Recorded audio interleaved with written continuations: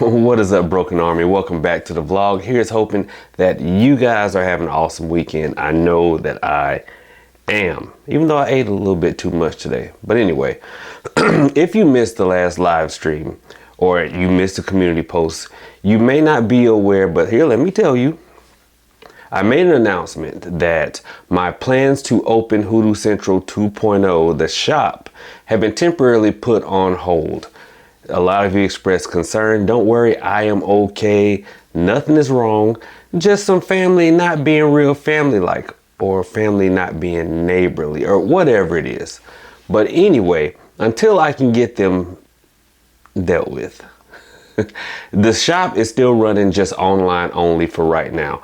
But keep watching, because I am going to announce some meetups in like Atlanta, Savannah, Macon, places like that where we can meet up, hang out, go to a few cemeteries or some spooky spots, chop it up, talk hoodoo, whatever. So stay tuned. Now, speaking about this family neighborly situation, right?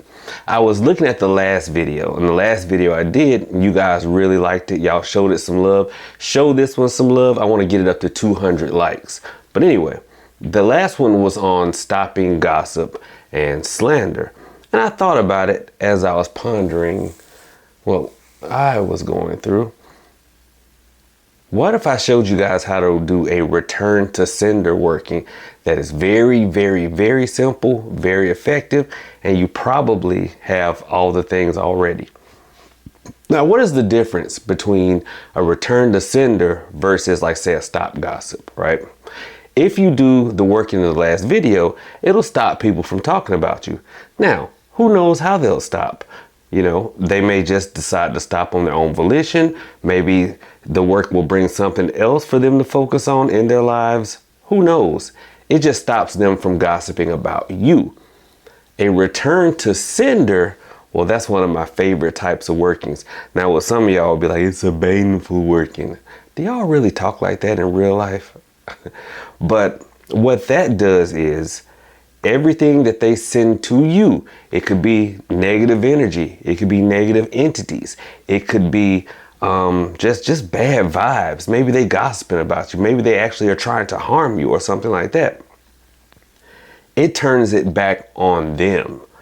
See, I always say, we all on this planet learn differently. Some people will learn things by you showing them. Some people can learn just by you telling them. Some people have to watch you do it in order to learn it. But everything learns through pain. Pain will get some attention. And a return to sender does that. Every time they try to come at you, something happens to them. And eventually they learn, that's maybe not what I want to do. If you ever want to see how effective this technique is, all you have to do is watch a boxing match. Have you ever watched a boxing match and you are like shouting at them, like, punch, punch. And the dude's just like circling and circling, but he's not swinging, or she, because the ladies be banging it out in the ring now. Well, I bet you can pinpoint a couple of exchanges where every time he threw a punch, he got hit with something. When you are facing a really effective counter puncher, they make you pay for it. Every time you punch, you get hit, and subconsciously, you just stop punching. You know, it's just like training a puppy. If every time the puppy did something, you yell at it, no, no, no. Well, eventually it stops doing it, right? And this is what a return to sender does. Every time they try something bad at you, something bad happens to them. It's one of my favorites simply because I like seeing it. I'll be honest, I like seeing it. You know, they try to gossip about you, then all of a sudden they are the target of gossip and people talking about them. Somebody, and this is, you know, I like sharing stories with y'all.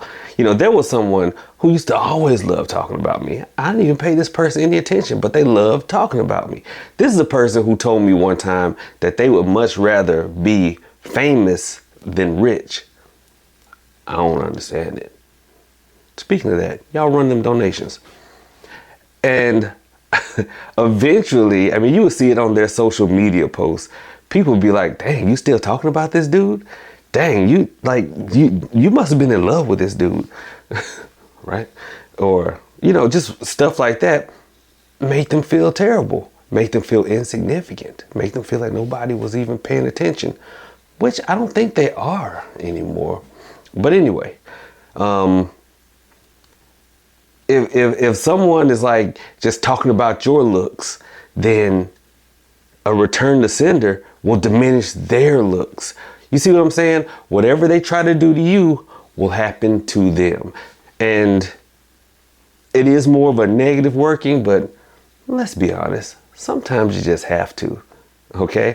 Now for this working, all you're going to need is a plate, a black candle, a name paper and something to write with, and some dead flowers and some fruit that has started to turn. I like to use apples because if you sit apples on the counter, they'll just start to get soft. And that's it. So without further ado, because I want this to be a short video to keep y'all's attention, so let's get to it. Okay, so here we are. This is the setup. As you see here, like I said, we've got dead flowers and we've got, I've got 2 apples. You can use whatever fruit you have lying around as long as it has started to turn. Now, the reason I said you probably have these things already is because I got these things off of an altar that was no longer in use. Pay no attention to all the stuff on the floor. I'm remodeling. But what you'll do is, and you see I've got a name paper up under the candle. All right. See, I wrote Patty, but you can write whoever you want. I've got a black candle and it's set up just like so. Now, what you will do is, you'll recite from Genesis, in the beginning, God created the heaven and the earth was without form and void, and darkness was upon the face of the deep. And the Spirit of God moved upon the face of the waters, and God said, let there be light. And then you'll light the black candle. Now, the Bible verse for this working is 1 Chronicles chapter 21, verse 15. And it says, and God sent an angel unto Jerusalem to destroy it. And as he was destroying, the Lord beheld. And he repented him of the evil, and said to the angel that destroyed, it is enough. Stay now thine hand. And then the first day, you're going to turn this plate counterclockwise all the way around. You're going to repeat this the second day. Just say the Bible verse and then turn it counterclockwise. And then on the third day, you got it. Same thing. Turn it counterclockwise. Why are we doing this? Well, see, the natural order of a flower is to blossom and grow, but we're getting them as they're dying. They're going down. Same thing with fruit. It's supposed to ripen and get sweet. We're getting it as it has, you got it, started to turn. Clockwise is the very movement of the planets along their ecliptic. We're turning the plate counterclockwise. See, we're reversing the polarity. See, the natural order of things is for people not to mess with you. But since they are, we are turning things around and sending it back to them. Now, if you like, you could dress that candle with some hexing oil, some confusion oil, some controlling oil. But if you don't have any, it's not necessary. But if you like some, you can go to www.trueconjure.com and order some. And guys, I'm working on the site. If you would like an oil and that's not listed, like one I use in the video, just order another oil, and in the note section, leave me a note saying I would like to substitute for this, and this. All right. And it's the same thing for my powders, because I don't have the powders up on the site yet. Just purchase an oil and leave me a note saying I'd like to substitute Love powder for Love oil. Okay. And I'll work on it. I'll get the site up. And also, let's see here. I don't know. I'm thinking tentatively our next webinar, got to pull up my little gimmick here. Our next webinar may be on the 6th of September. On the 6th of September. And since we're in a hexing mood right now, let's have hexing and cursing version 2.0. That's what we're going to do. So tentatively September 6th, hexing and cursing 2.0. And I'm trying to have the meetup at the end of September, either in Atlanta or Macon. We'll either go to the Rose Hill Cemetery in Macon, or we'll meet up somewhere in Atlanta and then we'll go to like Oakland Cemetery or something like that. All right. So thank y'all so much for tuning in. I really appreciate it. You guys are amazing. I can't say it enough. Y'all, run them donations. And oh man, let me tell y'all, I'm going to do a video on this. I don't know if I showed y'all this in the live stream. I picked this up.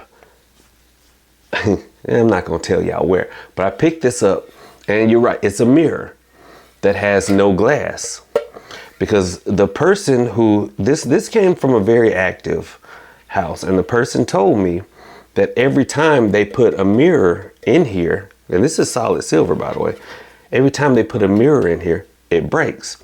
And I jokingly, was like, dang, well, how ugly were the people that were looking in the mirror? But I did a little research on the house. You see, it's got some markings on it.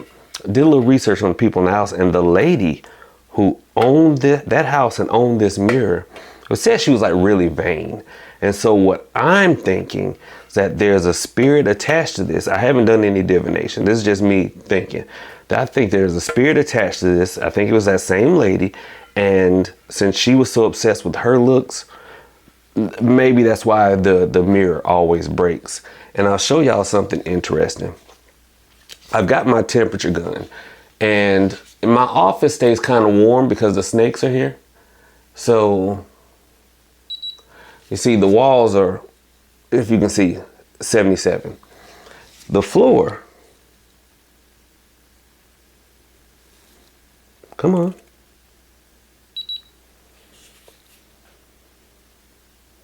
77. But this mirror,